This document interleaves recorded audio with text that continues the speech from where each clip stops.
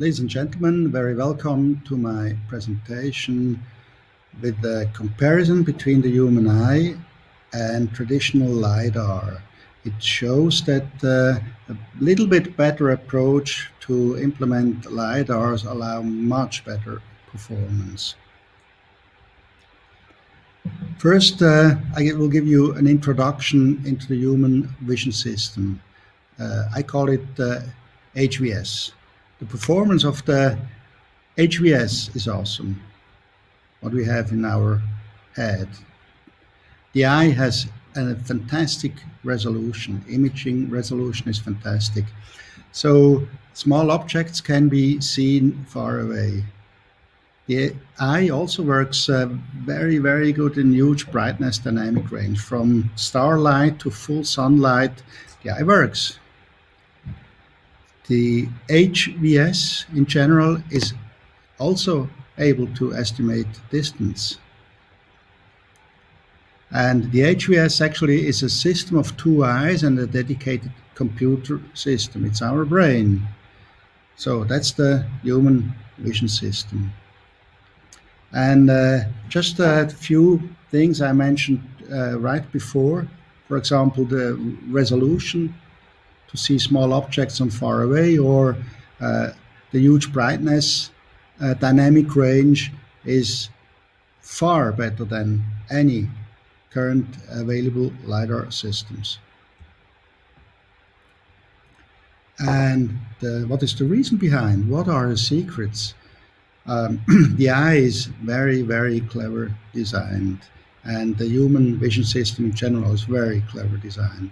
So why not to use the concept of the human vision system, the eye, for future LiDAR systems? Let me give you an inside view into the human eye. That's a cross-section of the human eye. It's actually the right eye as a top view. We have as the most important parts in the eye the light entrance systems, which is the optical system, with the cornea, which is the main lens of the eye, with the lens, which is a lens that allows focusing on close-up objects. Then we have a pupil, which is the entrance opening of the human eye, which basically defines the F number of the current situation. This pupil can be bigger or smaller dynamically. And it contains the vision system, which consists of two parts. One part is the macula, that's the vision system, and the retina, which is an event detection system. Okay, two lenses, the cornea and the lens, and the imager here form the vision system. Very simple, but very powerful. A little bit more in detail. The macula, again, this is the vision system. That's the imager in the eye. That's which generates the images we see with our eye. The macula has a resolution of about 5 megapixels. That is used for vision. This in contrast to the retina, which is all the other part, inner part of the human eye sphere. The retina consists of 150 megapixels, and it's used for event detection. So we don't see objects with the retina. We just get triggers, trigger events by the retina. The typical focal length of the human eye is about 16 millimeters. The macula has a diameter of 1.5 millimeters, so a round imager with 1.5 millimeters. and the pupil, which can be changed in size, in diameter, from 1 to about 7 millimeters, which is a dynamic range of 1 to 50 approximately. So when it is very bright in the ambience, the pupil is closed, so it's just 1 millimeter in diameter. But when it's very dark, the pupil widens and it goes up to 7 millimeter. The total diameter of the eye is about 22 millimeters. With these parameters, we can calculate the field of view of our imager, and this is a very, very interesting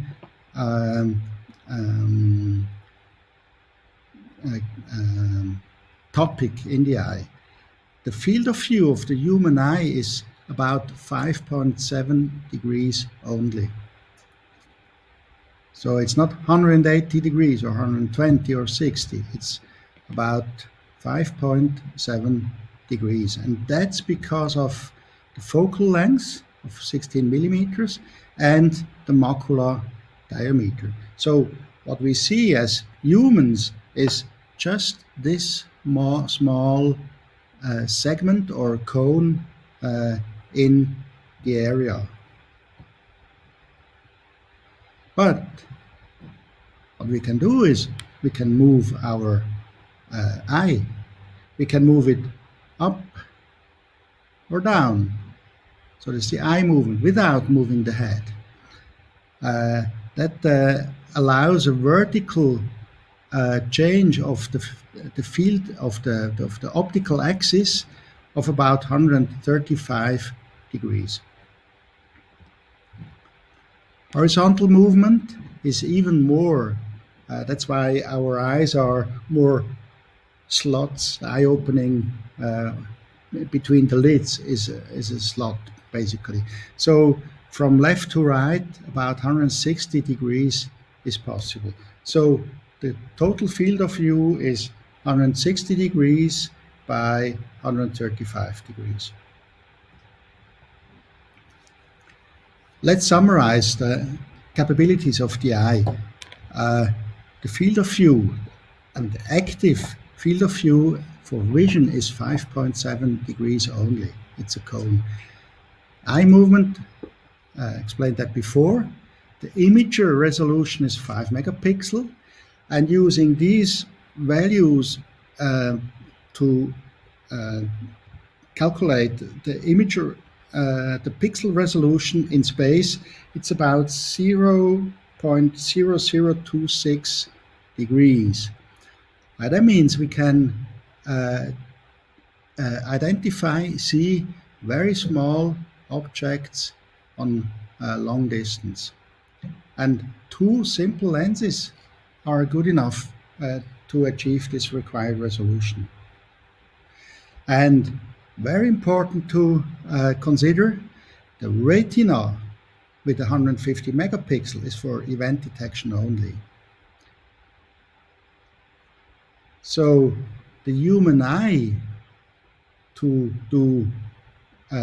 provide the images moves the optical axis in a way that the macula points to the object we would like to see. And this movement is triggered by events which are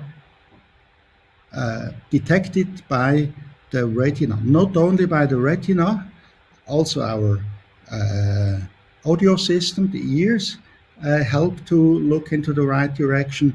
And of course also the macula itself, or the image generated by the macula, helps to focus or to look to a specific object. Now, have a look to a standard LiDAR implementation, or let's say that's what is required by automotive car manufacturers. The LiDAR observation area is huge. because on a long distance, say 150 meters, and taking these 160 by 135 degrees of field of view, it's 1.2 million square meters, which has to be observed.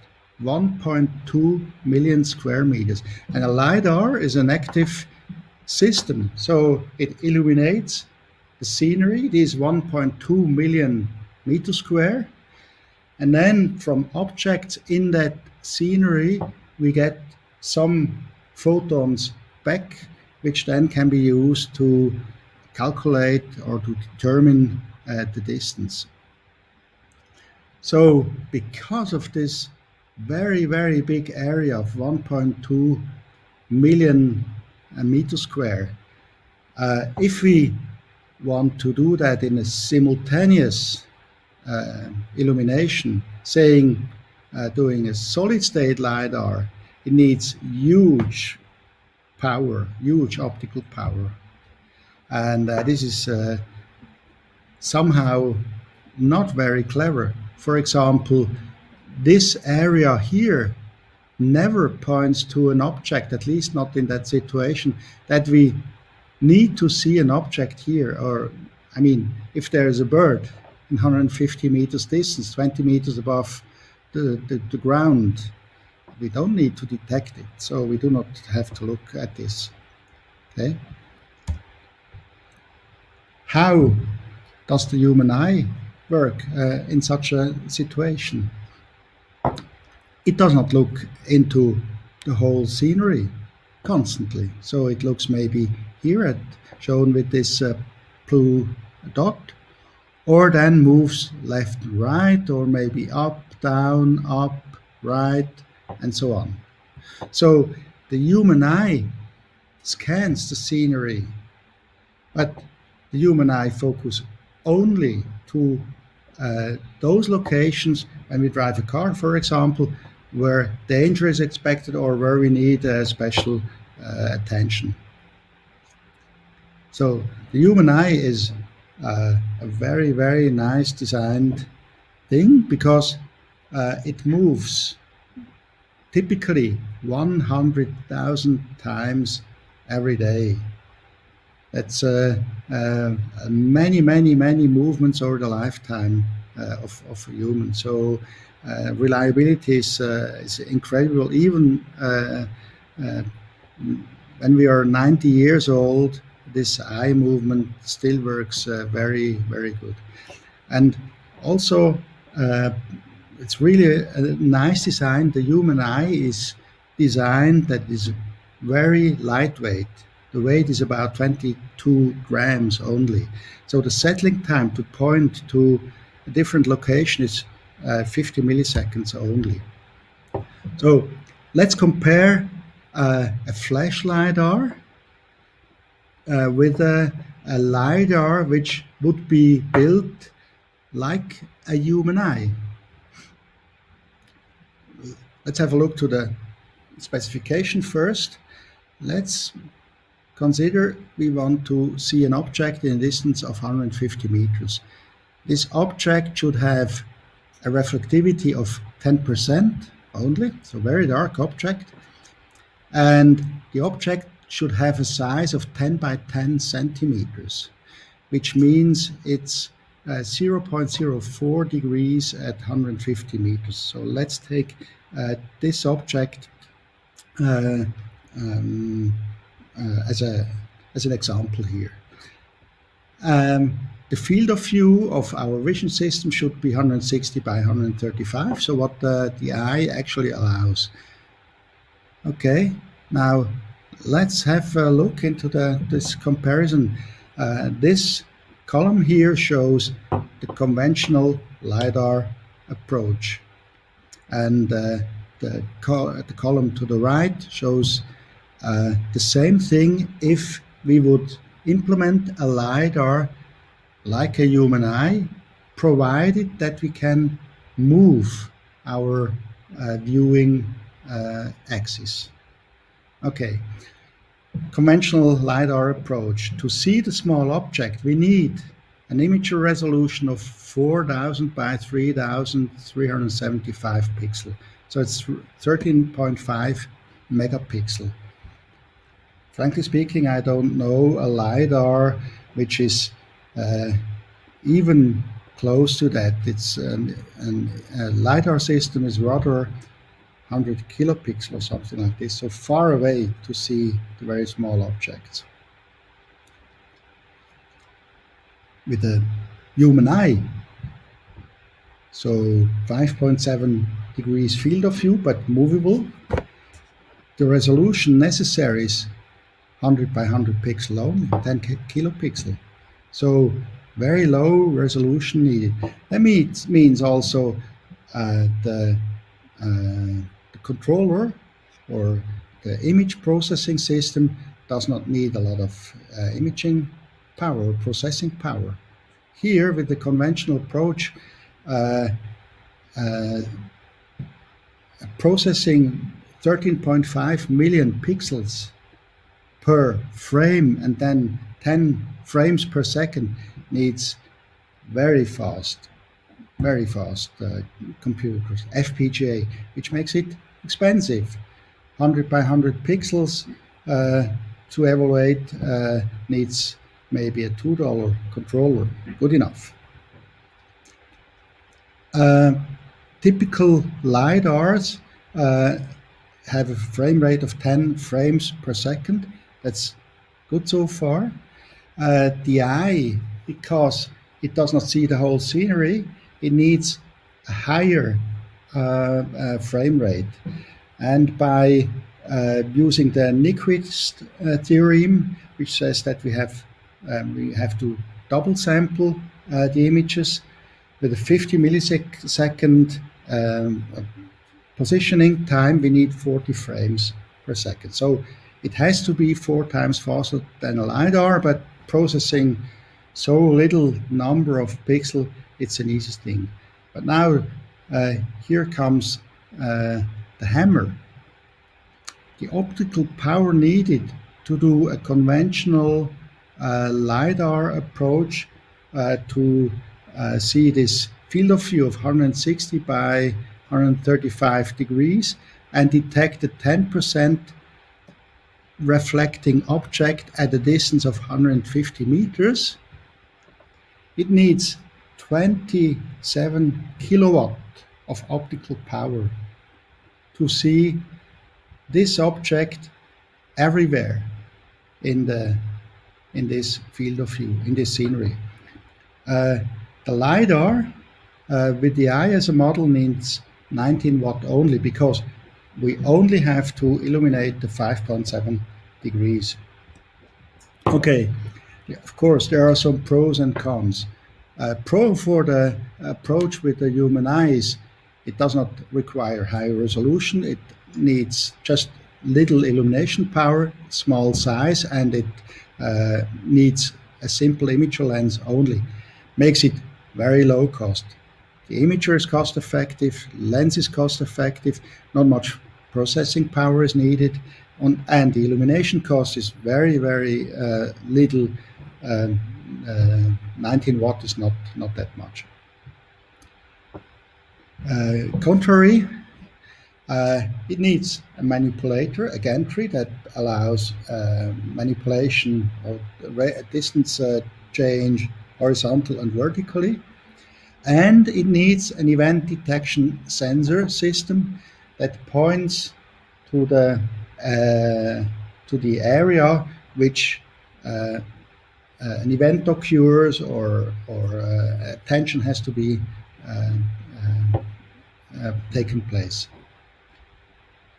So it needs also control of the view axis from the host system. So the host system has to tell the LiDAR where to look at.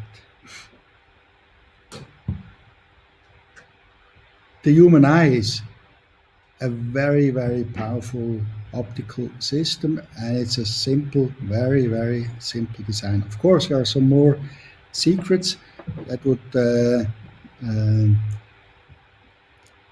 be too much for today, but the human eye in general would be, in my eyes, the right starting point for future LiDAR systems. And now I'm provoking a little bit. What does not allow to use the human eye as an example? People are saying LiDAR has to be solid state. And this requirement, so the specification, it has to be solid state, is a killer for a good implementation. But why has it to be solid state? To me, I don't understand that, because a car is also not solid state. Otherwise, it will stay always the same at the same location. Okay, so why to ask for something solid state in a device which has to be not solid state? The car has to move. Okay. Then artificial intelligence is anyway needed for L3 to L5 car. So this functionality, which is required to move the eye, the axis of the LiDAR, the optical axis of the LiDAR, is already available. So nothing additionally needed. So it's very simple. The biggest revolution needed for LiDAR, for good LiDAR, lays in its specification. Stop asking for solid state LiDAR. And then a new world opens. And it's a simple spec change and a change in the mindset allows very high performance at very low cost solutions. Thank you very much for your attention.